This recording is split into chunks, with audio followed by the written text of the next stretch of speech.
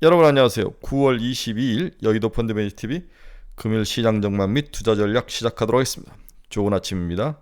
하지만 마음속에는 흑비가 내리죠. 흑비. 네. 흑비가. 하지만 용기 잃지 말고 정신 똑바로 차리고 우리 같이 좀 노력합시다. 견딥시다. 후폭풍이 세다. 생각보다도 후폭풍이 아주 센 것 같아요. 후폭풍이 세다는 것은 뭔가 직진으로 스피드를 내서 갔던 게 갑자기 브레이크를 밟고 반대 방향으로 간다는 거죠. 방향성을 바꾸고 있다는 거죠. 거대한 시장의 흐름이 방향성을 바꾸고 있다. 이렇게 이해를 해야 되는데 그 방향성을 바꾸는 게 과연 맞는 건가? 오래 갈 수 있는 건가? 워낙 미스터 마켓은 지그재그로 예측할 수 없는 방향으로 흐르고 있기 때문에 판단하기가 참 어려운 시장인 것 같습니다. 특히 시장의 어떤 그 방향 하락을 돌려 세울 멈추게 할 브레이크가 없다는 게 가장 중요하죠. 보통 브레이크라는 것은 경제정책을 하는 사람들의 발언, FOMC의 발언, 그다음에 실적 뭐 이런 것들인데 이런 것들이 전혀 지금 없는 상태에서 계속 상승하던 그 미스터 마켓을 꺾어서 이제 아래로 이제 중력과 함께 밑으로 흐르게 하는 그 방향의 전환이 지금 나타나고 있는데 후폭풍이 생각보다 세다 이렇게 이해를 해야 될 것 같아요. 그렇다면 후폭풍이 지속될 것인가 이 분야의 부분에 대해서 고개를 좀 갸우뚱하시는 분도 있지만 일단은 저도 뭔가 결론을 내릴 수 없는 그런 상황이다.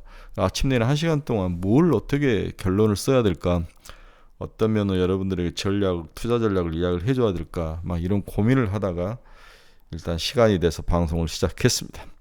네, 금일 시장 전망 및 투자 전략 간단히 오늘은 좀 알아봅시다. 구독, 좋아요 많이 눌러주십시오. 금일 주가 추이를 한번 봅시다. 다우는 1.08, 나스닥은 1.82, S&P 500 1.64. 뭐 나스닥 박살이 났죠. 특히 반도체주들이 거의 박살이 나 있는 모습. 13,000까지 내려와 있네요. 14,000하다 13,000까지 내려왔으니까 조정이 생각보다 상당히 깊은 모습이 나타나고 있습니다. 오늘 시장 키포인트는 미 금리 동결 뒤 매파 점도표로 공개로 후폭풍이 심화죠. 심화됐다. 내년까지 5% 고금리가 장기화되고 있다. 오늘 뭐 국제 10년짜리가 박살이 났죠. 물가, 고용에 따라 추가 인상 가능성도 있다. 오늘 이제 실업시장 청구 건수가 20만 1000건으로 굉장히 좋은 모습을 나타내면서 더욱더 시장 하락에 부채질을 한 거죠. 여기에 미국 내 정치 불안, 의회가 셧다운되는 그러한 모습, 그 다음에 바이든을 이제 공경에 처한 아들 문제로 어떤 그 탄핵에 대한 이야기, 이런 것들이 이제 시장에 얽히고 설키면서 뭔가 좀 긍정적인 뉴스가 하나도 없는 그러한 후폭풍이 굉장히 심하게 분 시장 이런 것들이 오늘 하락의 주범이었다 이렇게 볼 수 있는 거죠. 오늘 일단 우리가 첫 번째로 생각을 해봐야 될 건 미국 국채 10년짜리가 장중 4.49, 마의백인 4.55를 뚫고 왔다가 이제 다시 했는데 워낙 많이 상승하면서 끝이 났습니다. 미 국채 10년짜리 한번 봅시다. 미 국채 10년짜리 보면 먼저 2년짜리는 2.4bp밖에 오르지 않았습니다. 5.144. 근데 10년짜리가 4.49의 장이 마감이 됐죠. 15.2bp나 상승을 하면서 10년짜리 금리 상승폭이 아주 컸습니다. 이게 미 국채 10년짜리의 그 수익률 추이인데요. 거의 3.5 이하에 있다가 4.495까지 우상향하는 그러한 아주 불안한 모습을 보였습니다. 첫째는 수급에서 분위기가 이제 완전히 밸런스가 깨진 거죠. 미 국채를 많이 발행을 할 수밖에 없는 그런 상황. 과거에는 중국, 일본, 뭐 러시아, 뭐 한국, 대만 이런 나라들이 많이 사줬는데 이게 이제 뭔가 수급에서 불안정성, 특히 중국 쪽에서의 불안정성, 이러한 것들이 큰 문제가 되고, 그다음 사우디 같은 나라들도 많이 국채를 사줬는데 그쪽에서도 이제 크게 사지 않는 모습, 수급에서 불균형, 그리고 지속적으로 금리를 한두 번 더 올리든지 그런 올릴 수 있는 가능성, 여기에 이제 경기가 나쁘지 않을 거라는 생각 때문에 10년짜리 금리가 올라가면서 이 사단이 났는데, 이게 이제 4.5를 치고 더 올라가야 문제가 이제 끝이 날 것 같은데, 문제는 이걸 꺾을 수 있는, 금리를 하락 안정시킬 수 있는 요인이 보이지 않는다는 거죠. 중국이 더 사줄 리가 만무하고, 러시아가 채권을 사줄 리 만무하고, 사우디가 사줄 리 만무하고, 한국이나 대만 같은 일본 같은 나라들이 지금 경제도 안 좋은데 더 살 리가, 이제 수출을 해서 무역이 플러스가 나야 이제 사주는데 계속 마이너스 나는 모습, 이런 것들 때문에 글로벌 시장에서 미국 채권을 누군가 사줄 수 없는 상황. 그렇지만 국채는 지속적으로 차환 발행이 많기 때문에 발행을 해야 되는 상황. 이러한 것들이 얽히고 설켜서 수급 밸런스가 깨지면서 미국 국채 10년짜리가 4.5까지 올라오는 그런 안타까운 상황이 진행되고 있다. 이것을 쉽게 올릴 수 있는 상황은 아닌 것 같다. 이렇게 봐야 될 것 같아요. 내려올 수 있는 상황은 아닌 것 같다. 이렇게 봐야 될 것 같습니다. 여기에 주간 실업보험 청구 건수가 20만 1000건으로 8개월 내 최저치를 이야기했죠. 미국의 이 이중성이 우리를 너무 힘들게 하죠. 경기 자체에서는 뭐 좋니 안 좋니 뭐 안 좋은 면이 있다 이러면서 올리고 뭐 금리를 끌고 올라가는데 막상 현실적인 면에서는 고용이 너무 좋은 거예요. 너무 좋다는 표현 아니면 나쁘진 않는 거죠. 생각보다는 잘 버티는 거죠. 이러한 믿음이 있기 때문에 미국 FOMC는 금리를 올릴 수 있다는 것을 지속적으로 이야기를 하고 CPI가 지금 멈추지 않다 이런 이야기를 하는 거죠. 이런 것들이 이중성이 시장에서 굉장히 우리를 힘들게 하는데, 판단하기 힘들게 하는 모습이 있는데, 일단은 미국 쪽은 경기와 고용과 소비나 이런 것들이 우리가 우려하는 것보다는 견딜만 하다. 그래서 CPI를 잡는 게 훨씬 더 중요하다. 아직 CPI 상승 불씨가 꺼지지 않았다 해도 초점을 맞추는 거죠. 누구는 1970년대에 CPI가 잡히는 줄 알고 금리를 내렸다가 더 오르면서 70년대, 80년대까지 경제가 망가졌다. 이러한 그 과거 트라우마가 있다. 이 이야기를 하고 폴 보커가 그 트라우마를 벗어나기 위해서 과감하게 때려잡았다. 뭐 이런 이야기들을 하는데, 물론 100% 맞는 이야기는 아니지만 당연히 과거의 모습도 생각하겠죠. 여기서 CPI가 잡혔다고 말을 했다가 다시 올라오면 이 정권은 완전히 날아가는 거니까 여러 가지 것들이 섞여 있는 것 같습니다. 미국 8월 경기 선행지수 전월비 0.4%나 하락을 했다. 17개월 내 연속 하락이다. 또 이런 걸 보면 미국 경제가 그렇게 좋을 것 같지도 않은데, 또 실업보험 청구 건수는 8개월 내 최저이고 막 사인이 왔다 갔다 하는 거죠. 그래서 과거의 어떤 그 경제를 보는 그러한 그 프레임으로 이 경제를 보면 맞출 수가 없는 거죠. 세상이 바뀌었다는 거죠. 경제 시스템과 산업을 생산하는 것과 효율성과 그리고 생산하는 방식과 이런 것들이 모두 다 바뀐 거죠. 코비드 이후에. 그래서 과거의 잣대로 미국 경제를 보면 참 어려움이 있다. 모든 것들이 혼돈스럽고 섞여 있고 뭔가 일률적으로 재단하기 힘든 그런 양태. 이러한 것들이 아주 끝판왕을 보고 있는 게 아닌가 이런 생각이 들죠.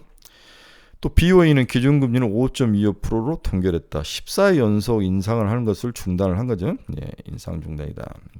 BOE 기준금리 5.25% 동결. 테슬라가 인도의 전력 저장 장치의 파월 공장 설립을 추진한다. 일단 한번 잽을 날려보는 거죠. 세워보고 뭔가 잘 돌아가면 인도에다 공장을 세울 가능성이 높아 보입니다. 가장 싸니까요. 엔비디아 CEO 인도 세계 최대 AI 시장이 될 예정이다. 오늘 인도 이야기가 두 번이나 나오네요. 그죠? 네. 도이치방크 미 연준 추가 금리 인상 가능성은 낮다. 이 부분이 시장에서 먹히지 않는 거에 이제 문제인 거죠. 우리 블러드 미 세인트루이스 연은 총재가 추가 금리 인상이 필요하다. 우리 블러드는 포드대 이제 뭐 MBA 학장으로 하신 것 같은데 또 한 말씀씩 하시죠. 네, 이런 사람들은 말은 믿으라 만한 거죠. 오늘 달러 지수는 다시 105.087까지 105를 다시 찍었습니다. 우리나라 이제 환율로 1,339원 이제 최고점을 했는데 어떻게 환율이 더 약세가 될지 봐야 되는데 일단 환율이 약세될 가능성이 굉장히 높아 보입니다. 미 국채 금리는 이야기했고 WTI는 그래도 살짝 빠졌습니다. 89.60. 그냥 많이 빠지지는 않는 것 같아요. 많이 빠지지는 않는다. 금 가격은 1939달러. 테슬라가 2.62%나 하락을 했습니다. 테슬라. 애플 0.89. 엔비디아 2.63. 엔비디아 이러다가 마지노선 400달러를 어떻게 방어할지 한 번만 더 빠지면 이제 400달러가 깨지는 거죠. 이러면 좀 뭔가 문제가 있어 보이는데 지금 3중 바닥에 와 있는 건 사실이다. 하지만 관성이 있기 때문에 400달러를 깨고 내려올 가능성도 충분히 있어 보입니다. 그래서 지금 엔비디아를 사면 안 되고 한 380 정도 오면 사면 될 것 같아요. 380 정도. 아직은 싸다고 살 게 아니다. 떨어진 칼날로 보이는 거죠. 비만 치료제 일라일리는 3.42 하락, 노보 노르디스크는 3.58% 하락, TSMC도 2.28, 마이크론 테크놀로지 2.32, 메타플랫폼스 1.31, 노블록스 3.54. 뭐 올라오는 게 하나도 없다. 이렇게 돼 있습니다. 비트코인도 2.1%나 하락하며 모든 게 다 학살이라고 해야 되나? 네, 그렇게 보고 있습니다. 어려운 장이 나타나고 있네요. 자, 저는 어제 미리 작성을 하면서 점도표에 매몰되지 말자. 이게 디지털 시대의 반대편의 아날로그 끝판왕인데 자기 생각을 찍는 건데 이 점도표에 너무 매몰되지 마자. Higher for longer. 네, 이렇게 점도표들이 올라가 있는 상황인 거죠. 이렇게. 네. 이렇게 하면서 상당히 단기적으로는 더 금리를 올려야 된다는 생각이 강하고 그 다음에도 2025년과 장기적으로 찍는데 큰 변화는 없었습니다. 네. 자, AI 반도체 AI 성장을 믿어라. 이 말을 하기가 좀 쑥스럽네요. 이미 시장이 반도체나 AI가 박살이 나 있는데 내가 여기다 대고 내 생각을 이야기하는 게 쑥스럽죠. 그래서 제 생각을 한번 이야기해 보겠습니다. AI 서버 확산의 전제 조건, 선택지 증가를 통한 피해 하락이 좀 필요하다. 네. 지금 무슨 말이야, 엔비디아가 너무나 세상에 그 AI 서버를 휘어잡기 때문에 그리고 가격이 너무 높다는 거죠. 이런 것 때문에 Q가 늘어야 되는데 따라서 AMD라든지 인텔이라든지 이런 쪽에서 만든 AI 서버들이 시장에서 더 싼 가격으로 나와서 확산이 돼야 되는데 엔비디아가 너무 가격을 통제하면서 문제가 좀 발생을 하고 있다. 엔비디아는 좋을지 모르지만 시장 자체로는 문제가 있다는 거죠.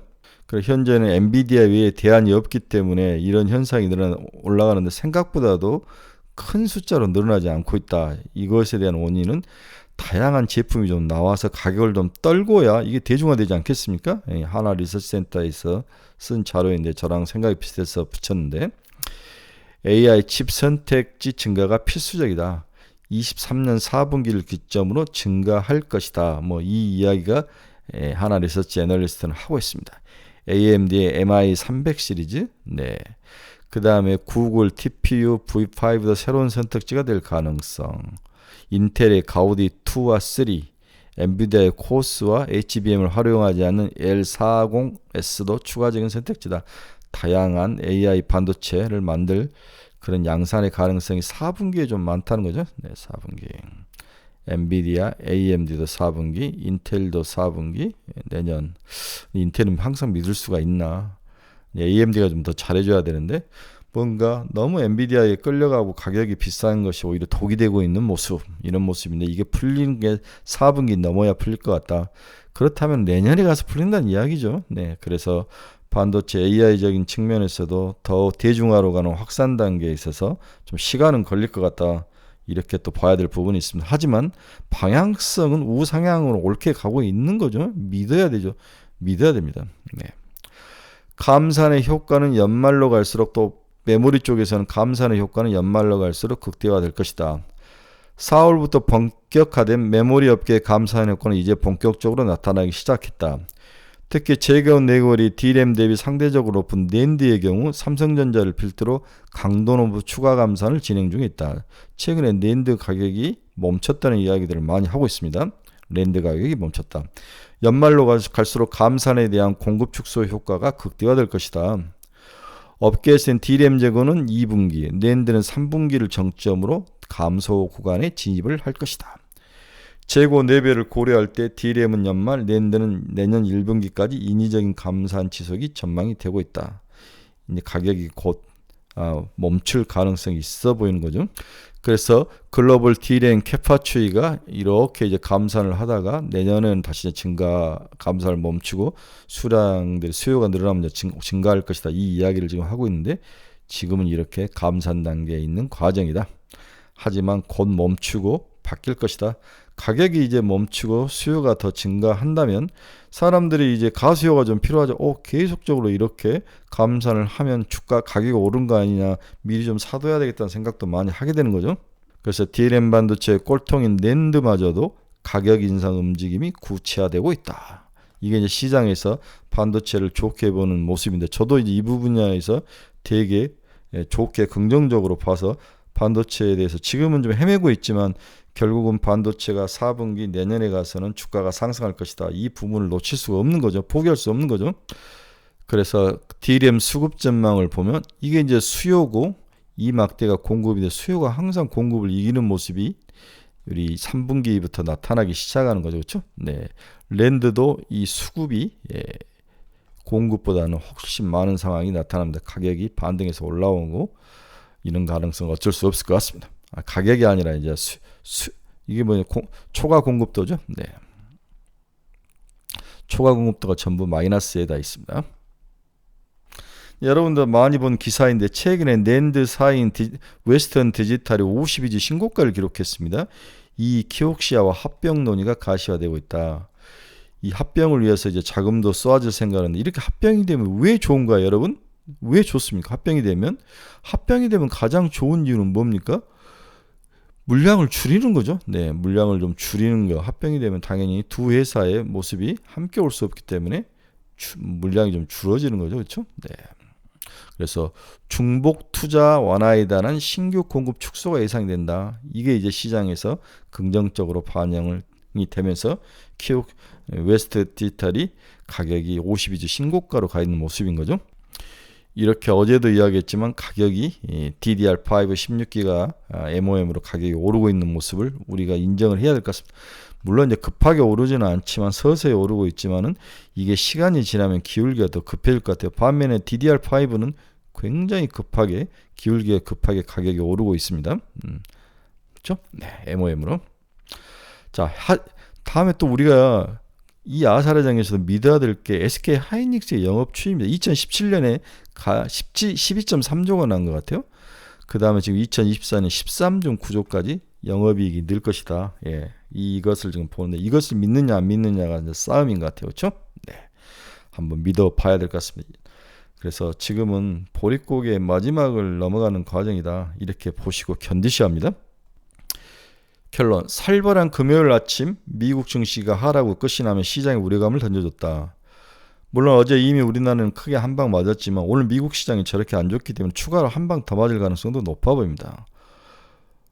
이제 미스터 마켓과 투자자가 복싱을 하자라고 서로 약속을 하고 올라왔는데 갑자기 미스터 마켓이 복싱이 아니고 격투기로 룰을 바꾸겠다면서 지 맘대로 손발 다 쓰면서 두들겨 패는 형국이다. 오늘까지 두산 노보티스 청약이 마무리되면 어느 정도 국내 시장에서 돈 빨려 나가는 거. 그 다음에 이제 추석 자금도 월요일 정도까지 팔면 거의 다 팔리는 거죠. 네. 따라서 시장의 리더격인 노복, 반도체, 자율주행 뭐 이런 것들이 고점 대비 마이너스 20%씩 하락을 했다면 어느 정도 조정은 가격적으로 거의 다 온 게 아닌가.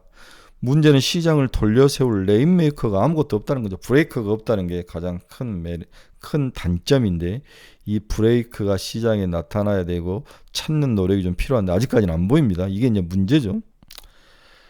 이제 브레이크가 될 수 있는 것은 저가 매력의 어필, 기업의 EPS 반등 가능성, 그 다음에 이제 이번 주하고 다음 주만 넘어가면 10월 초에 이제 기업 실적 발표가 있죠. 네. 그래서 기업 실적 발표가 과연 얼마나 브레이크 역할을 해줄지 한번 기대를 해봐야 돼. 어닝 서프라이즈 비율들.